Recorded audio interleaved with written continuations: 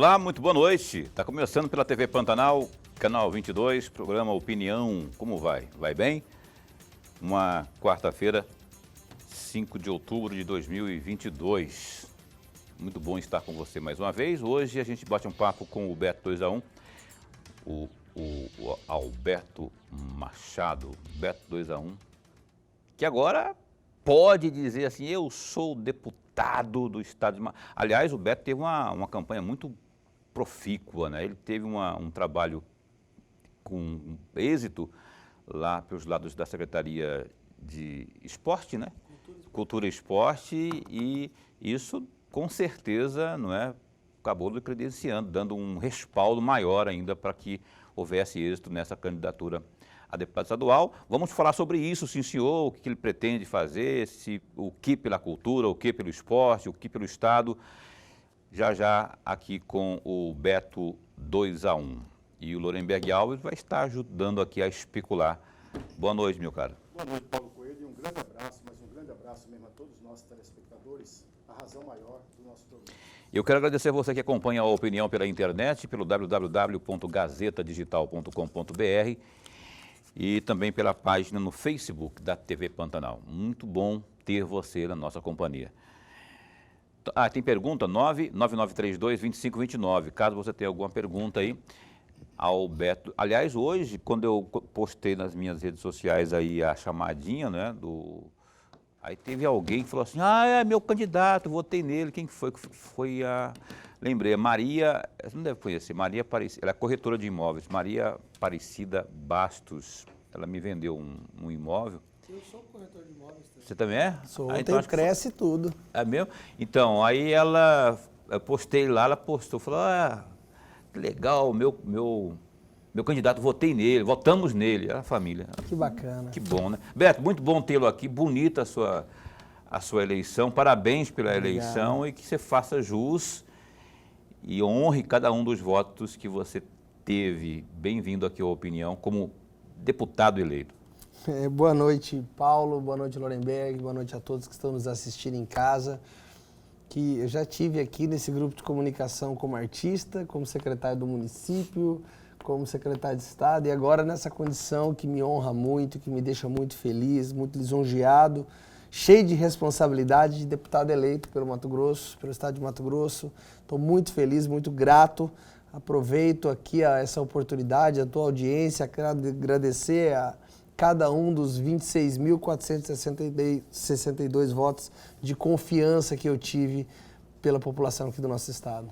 26.462. Isso. É o que você projetou? Veio a menos, veio a mais? Veio a mais. Mato Grosso sempre foi muito generoso comigo, né? Como artista não tenho outra palavra para não dizer gratidão. E como secretário e como deputado, candidato a deputado, eu fiz uma projeção, fiz uma campanha diferente, né? Fiz uma campanha muito trabalhada no jeito que eu penso que tem que ser a política. Não foi uma campanha pesada, de embates, foi de diálogo, foi de construção. Olho no olho? Olho no olho, eu rodei os 4 cantos desse estado, levando a mensagem da política que eu acredito, a política que eu aprendi a fazer com o Mauro Mendes.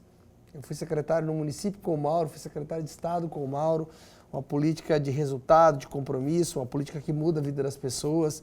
Enquanto fui secretário, seja no município, seja no estado, trabalhei com esse sentimento.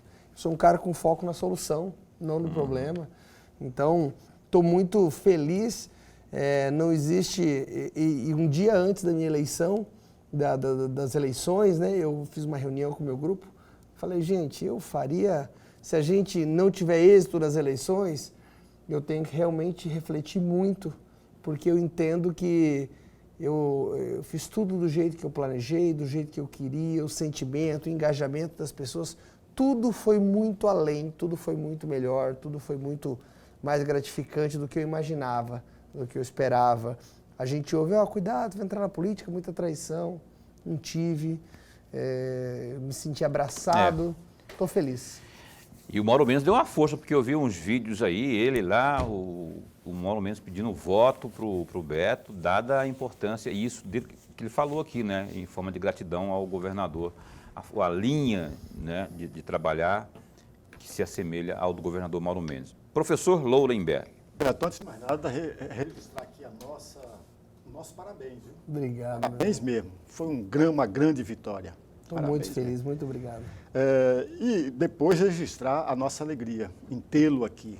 O nosso programa ganha e ganha muito. Por ter aceito o presença convite, sua. né, também, porque geralmente nessa hora o cara ganha a eleição, ele vai descansar. E o Beto, mesmo cansado, aceitou, mudou a agenda, aceitou vir aqui. Exatamente, até porque não tem mais campanha eleitoral no estado de Mato Grosso para o governo do estado, né? Exatamente, aqui essa questão acabou. Mas, Beto, eu tenho aqui uns 4 ou 5 temas que eu gostaria muito de ouvir a sua opinião a respeito. Os 4, ou 5 no futuro e um agora, nesse exato momento, eu gostaria de uma reflexão sua. Você presidia o DEM. E aí o DEM fundiu, casou-se com o PSL e criaram União Brasil. Você passou a ser filiado do União Brasil e presidir municipal União Brasil. E aí, no início de abril, você muda do União Brasil para o PSB.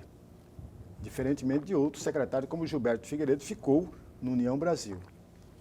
E aí você vem para a campanha e consegue 26.462 votos.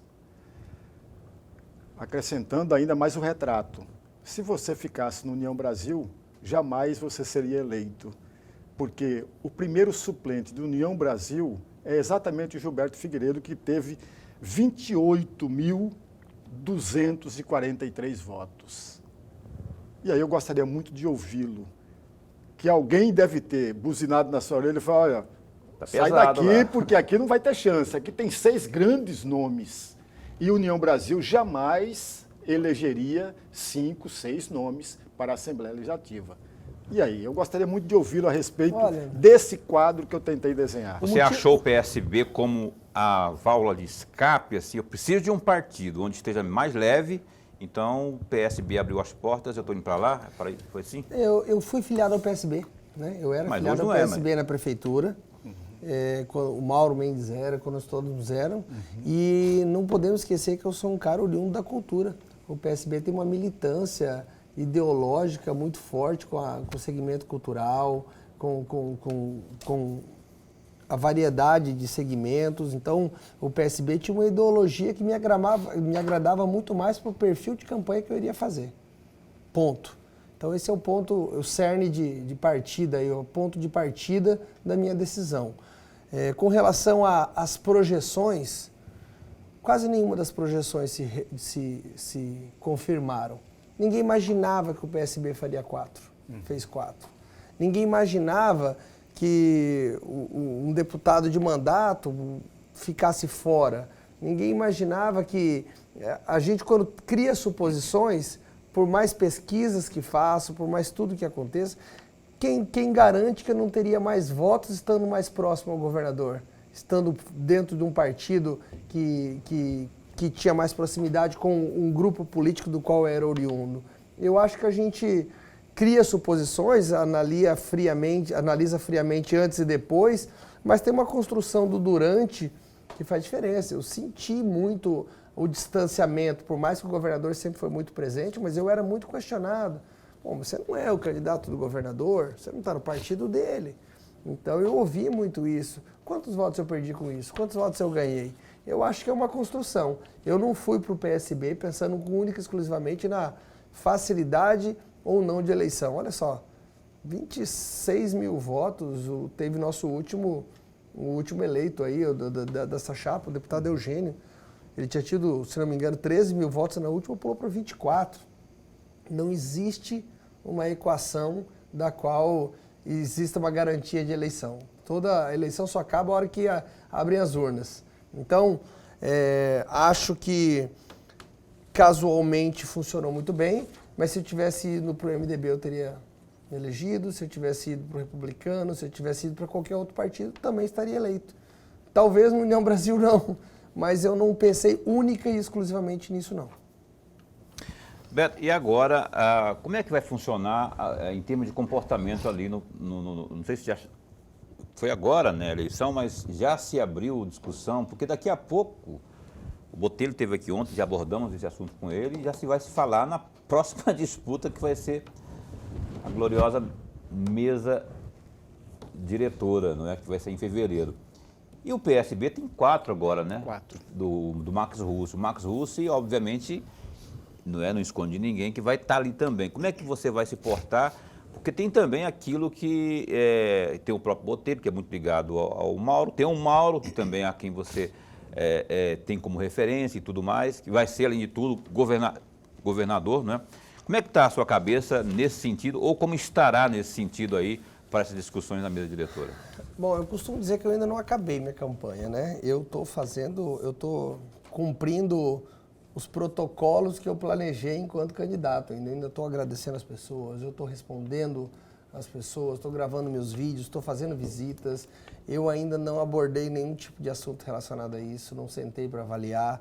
Tenho um excelente relacionamento com o Max, excelente relacionamento com o Botelho, com a Janaína, com muitos dos deputados que se reelegeram e com muitos dos deputados que entraram como novatos. Então, eu vou fazer uma análise, vou pensar, vou construir o que eu entender que seja melhor para a Assembleia, para a construção, para a condução da Assembleia. Mas eu, sinceramente, eu ainda não avancei nenhuma página. Poucas ações eu fiz, fora a finalização da minha campanha, como essa que está aqui com você hoje, porque eu estou realmente focado em terminar de entregar. Eu acho um absurdo eu ter rodado esse estado, pedido voto para todo mundo e não minimamente agradecer as mais de 3.500 mensagens que eu recebi no WhatsApp. Muita coisa, hein? É muita coisa. Por isso que eu falei. E eu funciono assim, com relacionamento, esse é meu segredo, é isso que eu vendo entrega. Então eu vou priorizar as ações que temos um bom tempo até lá, temos 4 meses aí para muitas ações acontecerem e vou trabalhar isso com muita calma. Beleza, tem 4 meses. O Botelho já começou a pedir voto também, né? Já pediu voto, já até mencionou isso em público. Ele não esconde de ninguém. Inclusive abordamos esse assunto com ele. Porque muita gente fala assim, mas vocês jornalistas, né? Mal acabam uma campanha, mas já quer falar de outra, né? Normal, né? É normal, meu filho, porque já estão falando de 2024 aí. E passa por isso, na minha avaliação pelo menos. Já passa. O desenho o Lorenberg sempre falou isso aqui, ó. Não está em jogo só 22, não. Já estamos falando de 26, de quem vai sair para isso, para aquilo. E é isso que funciona. Mesma coisa no âmbito nacional aí. Quem se saiu, quem tiver eu teve, né, uma substância maior no nome aí, que acha que tem café no bule, já está colocando aí um pezinho lá na campanha de 26, né? Depois eu quero falar com você sobre isso aí. Moro, que agora foi senador pelo Paraná, você acha que ele não vai tentar lá na frente? Não é? Aí tem outros nomes mais aí que vão... Tarcísio, independente do resultado em São Paulo, por aí vai. Mas eu quero voltar para a questão aqui do Mato Grosso, Lorenberg. O que você acha desse processo aí envolvendo o PSB? Você acha que o PSB... do Beto, 2-1, você acha que ele vai dar um passinho para trás, ser mais... Porque assim, o Max Russo tem tentado, né? Já conseguiu, mas ele já tem também deixado claro que vai também tentar a mesa diretora. Como é que você acha que vai ser isso aí? E já aproveita e já embala uma pergunta aqui para o Beto. Eu não tenho dúvida nenhuma que os 3 serão candidatos ou possíveis candidatos à presidência. E depois, lá na frente, eles vão se articular e vão dividir. Tem duas cadeiras na mesa diretora importantíssima, que é a de primeiro secretário e de presidente. Quer dizer, deve sobrar, deve ficar com a vice-presidência ou com a secretária, o segundo secretário, né? Só que são 3 cargos, né? Pois é, são 3 nomes. Você fala da segunda. Você está falando da segunda secretaria, da né? segunda secretaria. É. Mas, Beto, tem um outro tema que eu gostaria muito de ouvi-lo a respeito. Lá no site Popular Mato Grosso, no 3 de outubro, dia 3, depois das eleições, né? Você diz o seguinte: sou um defensor do governador Mauro Mendes. Como deputado da base, então já estava colocando como deputado da base, vou defender os projetos prioritários e estruturantes do governo. Fecham aspas. E aí tem a minha pergunta, que na verdade é mais uma provocação, e sempre no bom sentido. Sempre no bom sentido mesmo. Nem todos os projetos que saem do governo, não importa se é o governador Mauro Mendes, se é o prefeito, se é o presidente da República, nem todos os projetos são bons. E nem todos os projetos que saem do governo atendem os anseios, os desejos e os interesses do conjunto da população. Imaginemos que você, deputado estadual, encontre exatamente um projeto que não atende às necessidades da população, que não agrada à população. Você vai votar a favor ou contra nessa hipótese? Lemberg, essa é uma pergunta muito fácil, muito clara para eu responder. É natural, é lógico, é lúcido que eu tenha uma tendência natural a estar próximo a esse governo, até porque até o dia 30 de outubro eu pensava exatamente igual a todos eles. Então eu tenho orgulho de fazer parte desse grupo político, esse grupo político me representa, pedi voto para o governador Mauro Mendes, então a tendência natural é que eu esteja sempre alinhado com eles, ponto. Mas mesmo quando eu era secretário do governador Mauro Mendes, nós tínhamos embates. Eu não concordava com algumas ações, ele não concordava com outras, nós vamos dialogar. E eu não vou deixar de dialogar o que for importante para Mato Grosso. Eu não sou um deputado estadual do governo, eu sou um deputado do estado de Mato Grosso para os segmentos, para os municípios, para a população de Mato Grosso. Mas eu seria muito hipócrita dizer de que não penso muito parecido. É claro que sim, até os últimos 10 anos da minha vida, trabalhei junto a esse grupo político, pensando política parecido, fazendo parte, tendo orgulho, bati no peito, rodei esse estado, contando a minha história política que foi construída ao lado desse grupo. Então é uma tendência muito natural que a gente pense muito próximo. Mas até em casa, com a esposa da gente, que a gente é casado, a gente tem divergência. Não existe uma velha opinião formada sobre tudo, nós vamos estar discutindo ponto a ponto. E o governador Mauro Mendes é muito tranquilo com relação a isso. Ele não tem problema nenhum. Nós fizemos construções na CECEL históricas. Os critérios sociais para os editais, para negros, índios, mulheres, quilombolas, portadores de necessidades, nós tivemos embates. Um pedaço do governo não era a favor, mas eu entendia que era. Nós tivemos grandes discussões, mas consegui ser o vencedor nisso e implantar essas medidas que eu acho que foram fundamentais. Conseguimos fazer um reparo histórico, mas não existe ali uma subserviência a ninguém, sim ao Estado de Mato Grosso. É para isso que eu fui eleito, para defender os interesses do Mato Grosso. Pelo menos nesse primeiro mandato, o Mauro Mendes, enquanto executivo, pelo que eu tive a oportunidade de, como jornalista, presenciar, não colocou a faca no pescoço de ninguém e tampouco perseguiu aquele que... Eu vi que gente da base própria falou, não, governador, vamos botar ele mesmo. Cara, o governador Mauro Mendes é um cara extremamente fácil de lidar. Ele é um cara que argumenta, ele te questiona, não é aquele cara que compra as coisas prontas, ele te... Se você não sabe do assunto, você vai ter dificuldade para se explicar com ele e ele vai te levar, porque ele é um cara que se aprofunda, ele tem um hiperfoco nas coisas. O que irrita o governador Mauro Mendes e irrita qualquer pessoa é o tipo de política de ataques pessoais, de ser contra a qualquer preço, inclusive contra a lógica, oposição só para fazer politicagem. Isso eu acho que o cidadão está de saco cheio e os resultados das últimas eleições mostraram que a população quer resultado, quer conversa, quer ação específica na vida dele. Então, eu penso isso, eu penso parecido. Eu sou um secretário que trabalhei com foco na solução. Aprendi isso com o Mauro Mendes. Então, isso vai nos aproximar muito? Claro que vai. Mas não existe ninguém que domina absolutamente todos os assuntos. Eu estou lá para dialogar, estou preparado para contribuir. Eu fui secretário no município, eu fui secretário no estado, eu trabalhei na Assembleia 1 ano com o Botelho, sei como funciona a máquina. Os secretários que lá estão hoje no governo foram meus colegas, então eu tenho um diálogo aberto com muito mais facilidade.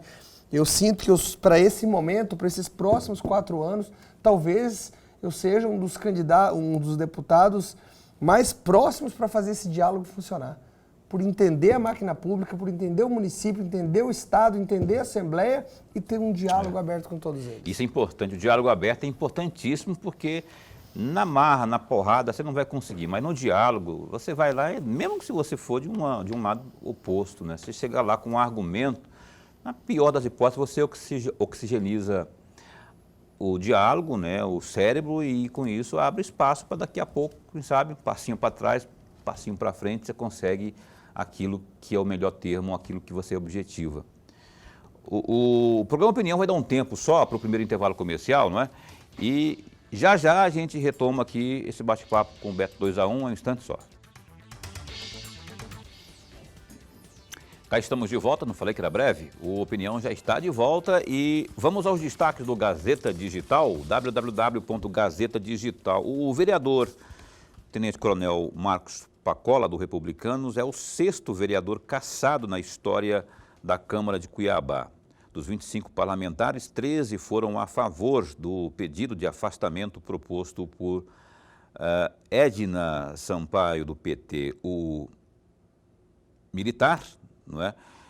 Ele matou com 3 tiros pelas costas o agente socioeducativo Alexandre Barros, de 41 anos, no dia 1º de julho deste ano. E desde então, não é, tramita o processo de cassação na Casa de Leis e também na esfera criminal. Durante todo o seu depoimento, Pacola tentou se eximir da culpa por ter matado o agente na região central de Cuiabá, diante de várias testemunhas. E desde o fato, ele mostrou várias versões, alegou legítima defesa, depois que atuou para defender a namorada da vítima, enfim, a Janaína Sá, e também hoje ele argumentou que o casal estava bêbado e que a culpa do desfecho trágico seria da viúva.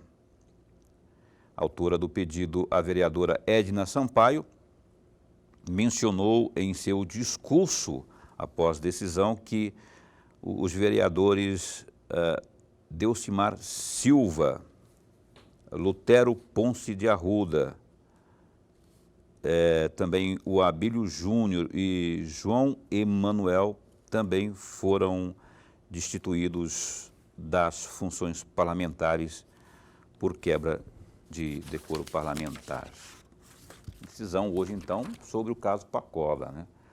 O senador reeleito Wellington Fagundes, do PL, afirmou que pretende se reaproximar do prefeito de Cuiabá, Emanuel Pinheiro, do MDB, após as eleições deste ano. Segundo ele, o afastamento se deu única e exclusivamente por conta das eleições. Abre aspas, nós nos afastamos apenas por conta das eleições.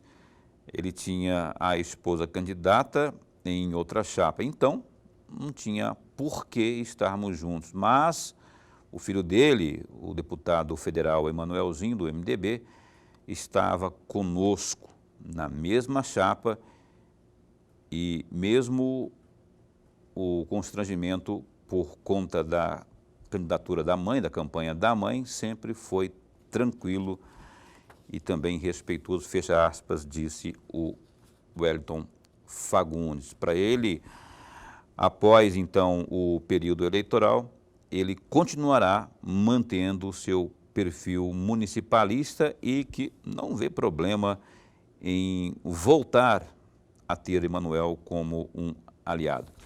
Está aí, ó, no Gazeta Digital, www.gazetadigital.com.br.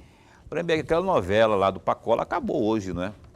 O que você tira de conclusão disso tudo aí? Teve gente que votou a favor da cassação do mandato, mas de forma constrangida, mas votou, porque houve uma pressão muito grande, inclusive, da família da vítima. A família esteve lá assistindo a tudo, né? Mas, amigos, a gente tem que fazer 3 observações que me parecem importantíssimas. Veja, se não me falha a memória, esse caso ocorreu lá no começo do mês de julho. Portanto, teve um período muito longo que deu a impressão, e eu tive a certeza disso, que a Câmara estava jogando para frente. Jogando para frente. E ela jogou até quando não pôde mais jogar para frente. Essa é a primeira observação. A segunda observação, amigos, veja, você está falando de um poder legislativo. Ela tem que dar resposta. O poder legislativo tem que dar resposta ao conjunto do munícipe, ao conjunto dos cidadãos. Não pode simplesmente esquecer as coisas. Tem que dar uma resposta. Ou passar a mão na cabeça do vereador ou punir o vereador. Mas uma dessas duas respostas tem que aparecer. E aí apareceu a resposta. 13 vereadores votaram a favor da cassação do mandato, 5 votaram contra a cassação do mandato e 4 se abstiveram. E aí vai a terceira observação, a pergunta que o telespectador deve estar fazendo. Ele vai recorrer da decisão lá da Câmara Cuiabana? Pode até ir, mas se nós observarmos 2 pontos importantes nesse processo, ele não tem caminho tranquilo para uma decisão do juiz favorável a ele lá na Câmara. Primeiro deles, ele teve a ampla defesa. Ninguém pode questionar isso. Teve uma ampla defesa. Teve um primeiro momento em que ele deveria trazer um advogado para defendê-lo e esse advogado teria 10 dias para compor a sua defesa. O devido processo legal foi cumprido. Foi cumprido à risca. O que fez o Pacola? Ele recusou a contratar um advogado para ganhar tempo e fez isso. Passou todo o tempo, não apareceu a defesa. O que fez a Câmara? Foi buscar um outro advogado para fazer a defesa e mais 10 dias. Portanto, teve um longo percurso para defesa do vereador.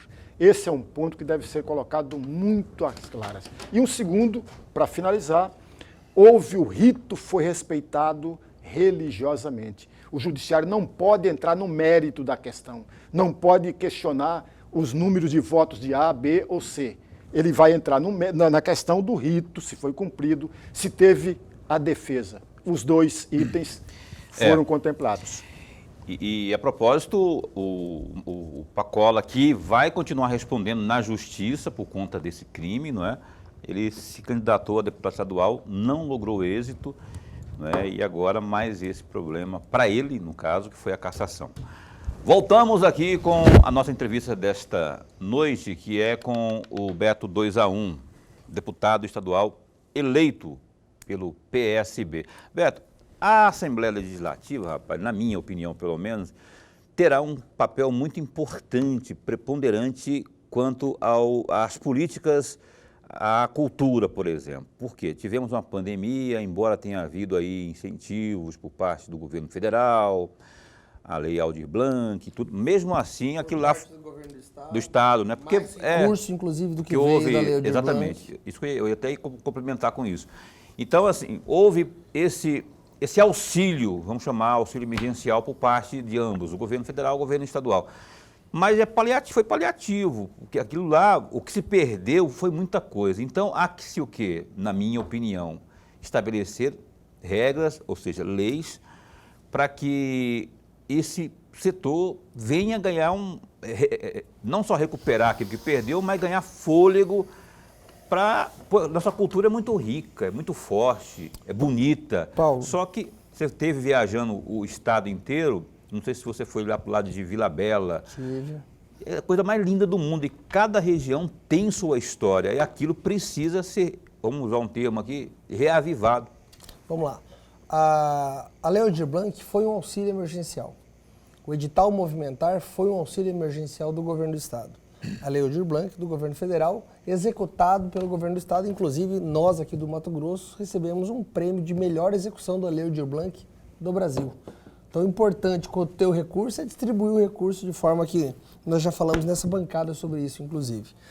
Mas nós não podemos deixar de ponderar que nunca nós tivemos na história um governador que entendesse a importância da cultura e do esporte como nós tivemos o governador Mauro Mendes. Nunca nós tivemos tantos recursos, tantos editais, tantas ações específicas, tanta distribuição de forma plural e diversa como nesta atual gestão. Daí você me pergunta, Beto, se vocês fizeram tanto, por que você saiu candidato? Porque nesse ponto eu concordo contigo. A gente não pode depender da sorte de ter um governador que entenda essa importância, de ter um secretário que dialoga bem com o governador. Nós temos que ter políticas públicas permanentes, perenes, para que, independente de quem esteja lá, ele aconteça. Os nossos direitos da cultura, do esporte, as nossas conquistas sejam preservadas e ampliadas cada vez mais. Não existe hoje nenhum segmento desse Estado, na cultura, ou no esporte que não tenha sido prestigiado pelo governo do estado, pela CCL, pela cultura, pelo esporte. Não existe nenhuma federação apta que colocou recurso que não tenha sido contemplada. Não existe nenhum município. Nós criamos um edital específico chamado Afluentes. O nome é autoexplicativo, né? Para que ele irrigasse de cultura aí os nossos municípios. Pela primeira vez executado especificamente para os municípios. Nós tivemos em um único edital 100 municípios contemplados, onde os municípios disputavam entre si dentro da sua população. Araguainha não vai disputar com Cuiabá. Nós criamos critérios, municípios até 5 mil habitantes, até 10 mil, até 30 mil, até 40, para que eles disputassem entre si, para que todos tivessem oportunidade, e assim 100 municípios foram contemplados. Vocês estão o exemplo de Vila Bela, com apoio do poder público, foi realizado o Festival do Congo, tão importante, tão legítimo. Cavalhada, a maior cavalhada de todos os tempos, foi realizada esse ano, com apoio do poder público. Então, hoje nós temos um Estado que entende, valoriza e potencializa sua cultura e seu esporte. Então, é um momento especial? É um momento histórico? Mas ele tem que... A gente não pode viver de sorte. A gente não pode viver do acaso de ter uma gestão que entenda, daqui a pouco troca a gestão e a cultura e o esporte volta lá para o fundo da fila. É um apêndice, é onde você abriga algum player político que não se... É o patinho feio, né? Não pode ser. Hoje ela é protagonista. Hoje nós temos a nossa Arena Pantanal, está sendo um case de transformação. Ela era um vexame no começo da gestão do governador Mauro Mendes e hoje ela é motivo de orgulho. Quem aqui não tem orgulho de levar um parente, um amigo, um visitante para ver um jogo? Nós tivemos aqui Copa América, Supercopa do Brasil, Campeonato Brasileiro, Série A, Série B, centro de distribuição das cestas básicas, um trabalho fenomenal que a primeira-dama faz lá na Arena, centro de triagem de Covid lá na Arena, Escola Arena, um dos maiores IDEBs do Mato Grosso na Arena. Aprendemos a conviver. Então nós tivemos incentivo para a cultura e para o esporte. Só que nós não podemos depender de sorte. Tem que ser uma coisa linear, tem que ser uma coisa profícua e que seja contínua, não é? Lorenberg.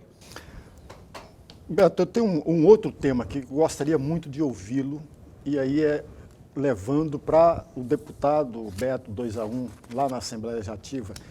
Eu tenho uma crítica que eu faço muito fortemente há muitos anos nos parlamentos brasileiros. Eles pecam em um aspecto, na fiscalização. O Congresso Nacional é desastroso na fiscalização. As assembleias legislativas são desastrosas na fiscalização. A Assembleia nossa aqui não é diferente. Peca e peca muito rigorosamente na fiscalização. E que diz o artigo 26, inciso 8º da Constituição do Estado. Fiscalizar e controlar diariamente ou diretamente, através de quaisquer de seus membros ou comissões, os atos do Poder Executivo, incluídos o da administração indireta. E aí, Beto, diante desse artigo da Constituição tão importante, você vai atentar a esse artigo, a esse inciso 8º, uma vez que você saiu do Executivo, tanto municipal quanto estadual, chamando a atenção dos seus pares, dos seus colegas de Assembleia? Eu acho que é esse tipo de deputado, esse tipo de ação que a população espera. E um governo que é sério, ele não tem dificuldade nenhuma em lidar com isso. Em ser fiscalizado, em ser orientado, em receber um puxão de orelha. Quando eu era secretário, eu não tinha problema nenhum. Quando a controladoria me chamava, eu falava, Beto, o caminho não é por aqui, o caminho é aqui. Se não existe uma má intenção, não tem dificuldade nenhuma em fazer essa fiscalização. É a função, tem que ser feito. E se tiver má intenção de alguém, se tiver algo de errado, tem que ser apontado, não tem dificuldade. É dinheiro público, ele tem que ser fiscalizado, ele tem que ser bem aplicado, ele tem que ser bem gerido. Uma das funções do deputado prioritárias é essa. Não tem dificuldade nenhuma em fazer isso. Ah, Beto, mas eram todos ex-colegas, né? Há muito tempo, você não tem dificuldade. Inclusive, se esses colegas aí foram os que foram mantidos, eu tenho certeza que qualquer apontamento benéfico para a sociedade vai ser acatado imediatamente. A máquina pública é uma máquina gigante, você não consegue visualizar tudo. Não consegue. Então você precisa, essa é a função, o deputado tem que ajudar a tocar esse Estado. Então eu vou estar pronto para fazer isso. Agora, vocês não vão me ver fazendo sensacionalismo. Não é do meu perfil, eu sou contra extremos. Eu tenho foco no problema, eu vou buscar eu tenho foco na solução, eu vou buscar a solução. Eu não vou ficar com foco no problema. Roberto, eu tenho que ir para o intervalo comercial, mas ainda dá tempo de responder neste bloco. Assim, com toda a sua bagagem pela cultura, né? O Mauro Mendes daqui a pouco vai montar o seu staff do próximo governo, não é? E ele gosta muito de você, não é nem porque você canta, tem tanta mulher feia por aí jogada fora. Você vê que ele é fã, ele sabe a letra das músicas, né? Sabe. Só que é tanta mulher boa por aí jogada fora. Aí, tá vendo? Então não sei. Mas eu sei que é por aí. Não é nem por isso, né? Mas ele sabe que você fez um trabalho bom na cultura. Se ele te chamar para... Roberto, eu queria que você voltasse para cá, porque você esteve aqui, foi bom pra caramba. E aí tem essa história do que você prometeu durante essas viagens suas pelo interior, de trabalhar como parlamentar. Como é que ficaria isso? Cara, eu não avaliei essa situação, uma hipótese que eu não imagino. Se o Mauro Mendes me desejasse como secretário, eu acho que ele teria falado, Beto, não saia, fique por aqui. Todos os diálogos que eu tive com o governador foram clássicos, foram claros e objetivos no sentido de eu fazer uma construção como parlamentar. Esse é o meu desejo. O meu desejo é estar na Assembleia. O meu desejo é ajudar a população na Assembleia Legislativa.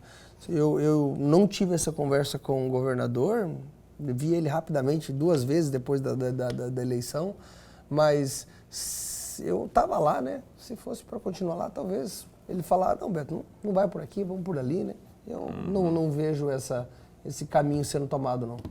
Eu vejo, mas assim, eu vejo como possibilidade, né? Mas assim, se houver lá na frente, então você não tem essa resposta agora, mas eu acho que é possível sim. Talvez fosse mais possível se fosse para dar uma arejada aí e tal, no grupo, enfim, né? Arejada no sentido assim, por exemplo, alguém vai assumir, como eu acho que vai acontecer, Lorenberg, eu acho que pode acontecer na questão do Gilberto Figueiredo, você não acha que não?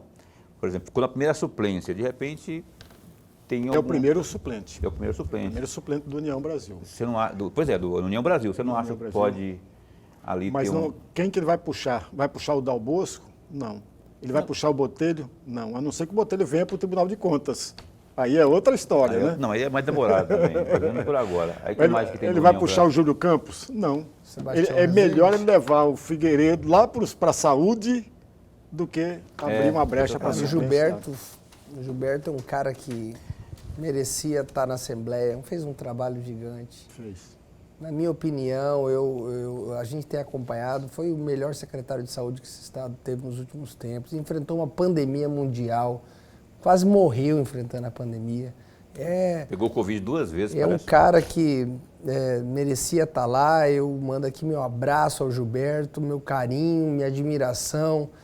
Eu tenho uma admiração grande pelo Gilberto. Durante a campanha, quando falavam de mim, do Gilberto, candidato e tal, e eu, nos veículos de comunicação, citava o Gilberto, cara, às vezes eu falava mais dele que de mim, porque eu sou fã desse cara. A Assembleia vai perder muito de não ter um cara como ele lá dentro. Pois é, ele teve uma votação expressiva. Teve? Né? Uma votação expressiva. E outra Muitos votos, mostra a força dele, a potência dele. E ele teve, era claro nele, era nítido dele, que ele tinha a vontade de ser parlamentar. Por isso que eu até perguntei para o Lorenberg aqui a opinião. E o Lorenberg está certo, eu acho que o caminho mais próximo deve ser esse mesmo. Até porque foi, como disse aqui o Beto, um excelente secretário de saúde, ainda mais em tempos pandêmicos. Opinião dá um tempinho só para mais um intervalo comercial, mas é um instante só.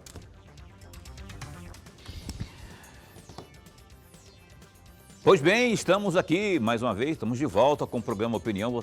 Mandar um beijo para a Luzia. Quem que é a Luzia? A Luzia Pereira, ela é lá do Pé 90, acompanha sempre ao programa Opinião. Ela mandou agora que está acompanhando aí, junto com o Antônio Carlos, que é o marido dela, né? Acompanhando aí o programa Opinião. Obrigado, viu? Posso mandar um abraço também? Pode, manda aí. Dani, minha amiga, minha parceira, atleta de vôlei, de areia. Faz um trabalho gigante, esposa do Geonir, meu amigo, meu parceiro. Obrigado pelo carinho. Estão nos assistindo e me mandaram mensagem aqui, ó. Beijo pra vocês.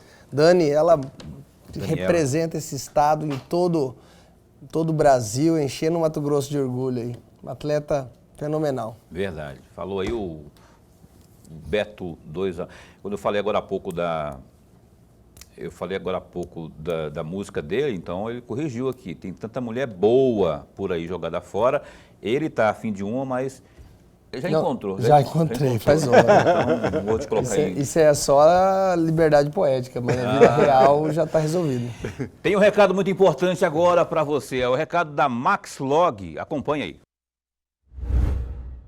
Olha, o meu recado é para você que está buscando um local para armazenar e estocar as suas mercadorias. Eu apresento a você a Maxlog, uma empresa que está no mercado há 10 anos e possui uma infraestrutura completa e segurança 24 horas.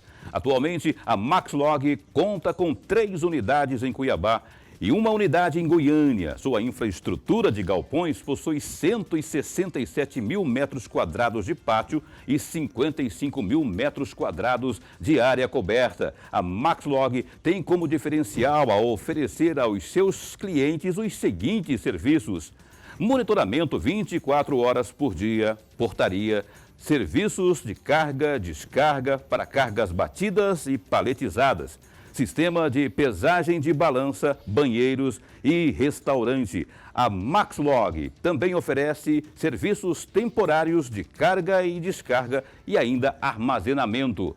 Agende a sua visita. Entre em contato com a Maxlog pelo 65 3611 6900. Maxlog, excelência em logística. Beleza, um abraço pro Max. Um abraço pro meu amigo Kennedy do Maxlog, da Maxlog, ao Ricardo, a turma toda que acompanha a gente, pessoal da Maxlog, obrigado pelo carinho aí da parceria. Ô Beto, falamos aí da questão cultural, eu vou falar do esporte propriamente, que vive um momento... o Bolsa Atleta também, Projeto né? Olympus, a maior política pública esportiva do Brasil é daqui, do Mato E o Grosso. momento mato-grossense no esporte parece ser daquele que há muito tempo não se via, né? Exato, eu tenho muito orgulho do trabalho que foi feito, da gestão que foi feita, que hoje é continuada de forma magistral pelo secretário Jefferson e todo o time. Você falou do Bolsa Atleta, o Projeto Olympus, né? Antigamente o Bolsa Atleta parecia o Vampeta jogando no Flamengo. Ele fazia que jogava, o Flamengo fazia que pagava, lembra dessa história? O atleta que sofria com essa história. E na gestão do governador Mauro Mendes, nós apresentamos o Projeto Olympus, uma reformulação do Bolsa Atleta. Criamos o Bolsa Base para as crianças que estavam começando, o estudantil para quem tinha índice nos jogos estudantis, o nacional e o internacional.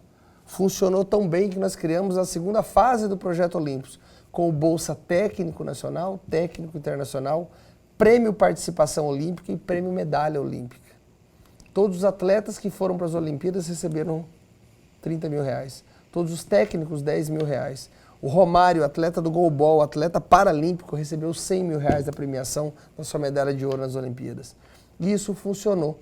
Nós tínhamos 1 milhão e 700 mil reais de orçamento. E no ano de 2022, um pouco antes de eu sair da secretaria, nós lançamos o segundo ano do Projeto Olympus, onde nós criamos mais uma categoria, a infantil, desde os 9 anos de idade até a participação olímpica.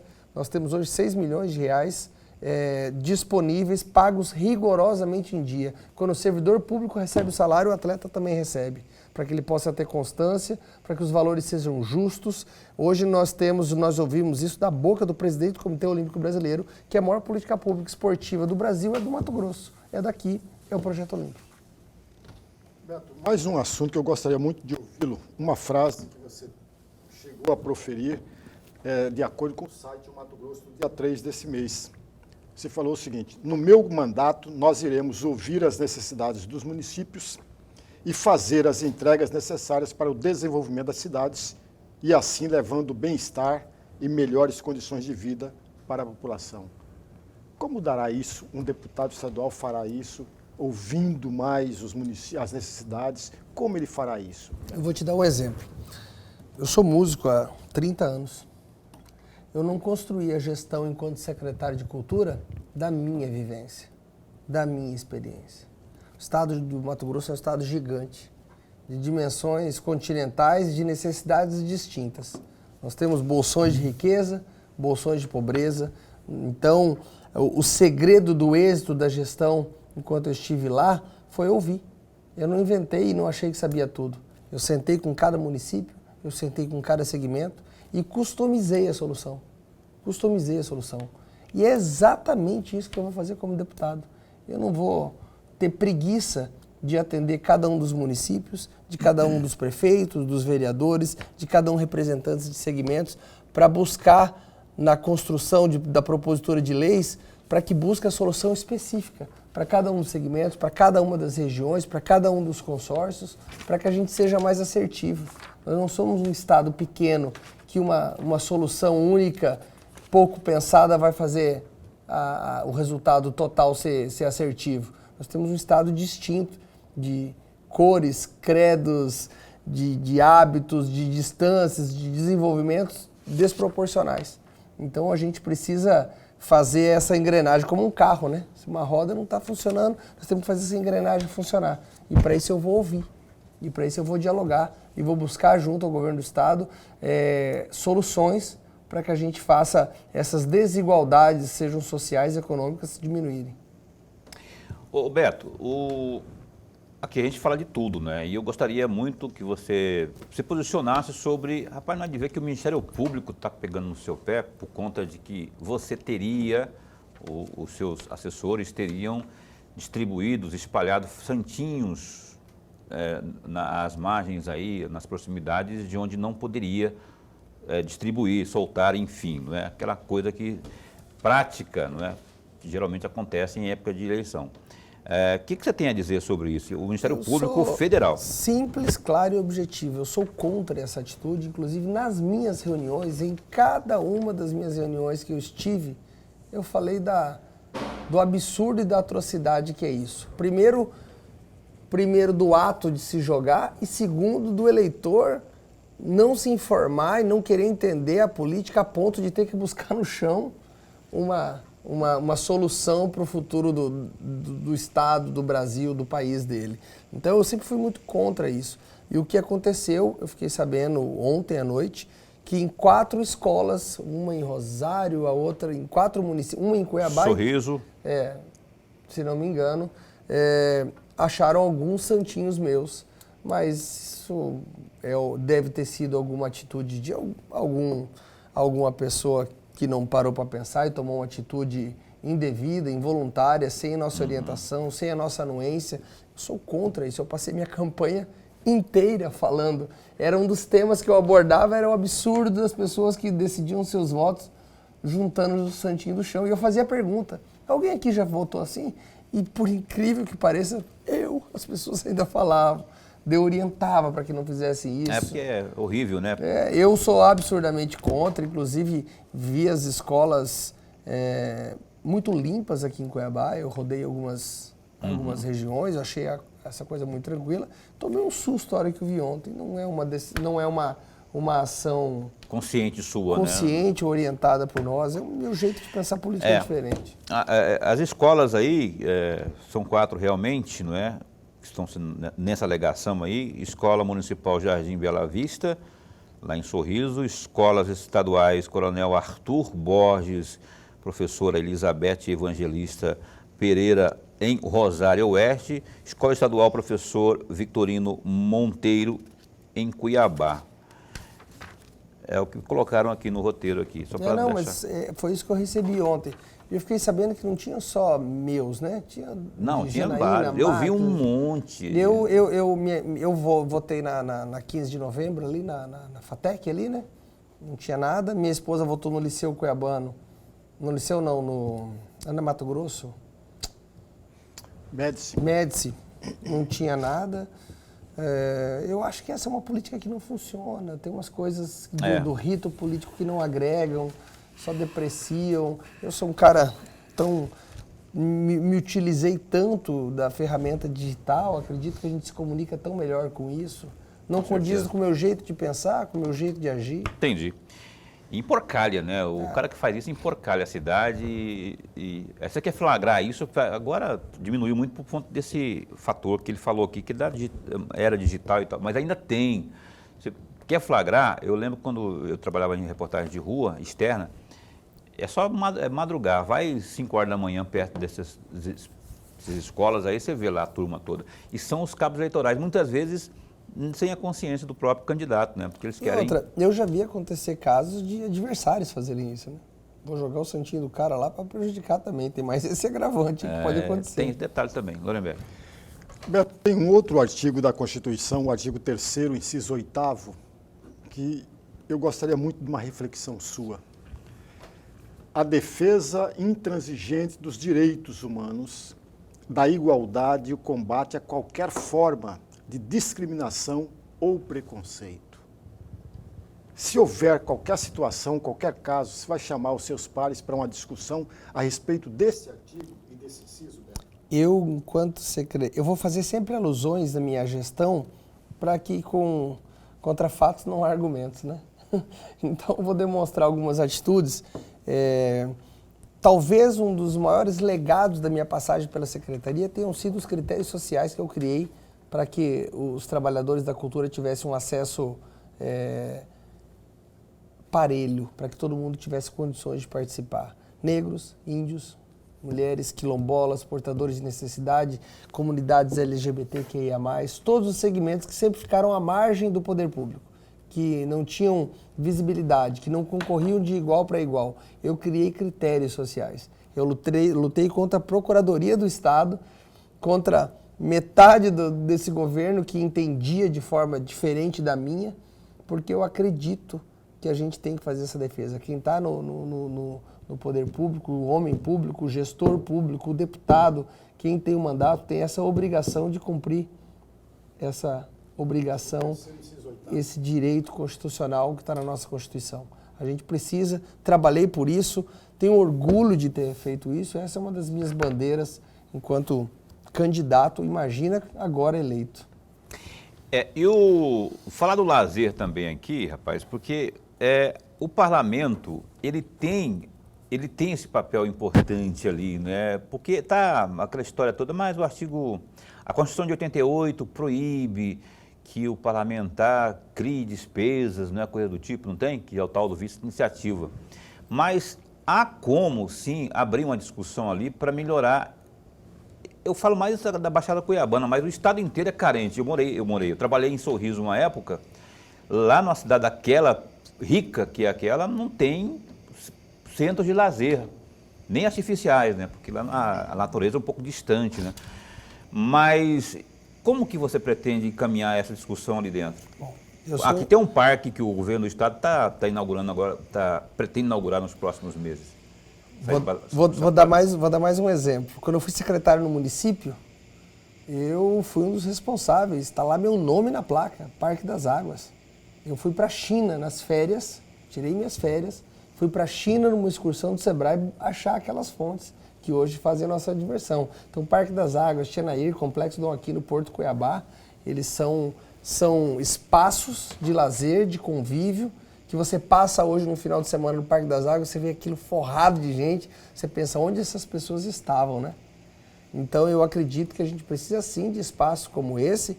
E você citou o Centro de Eventos Novo Mato Grosso, que o governador está fazendo. Quem começou essas tratativas fui eu, enquanto secretário.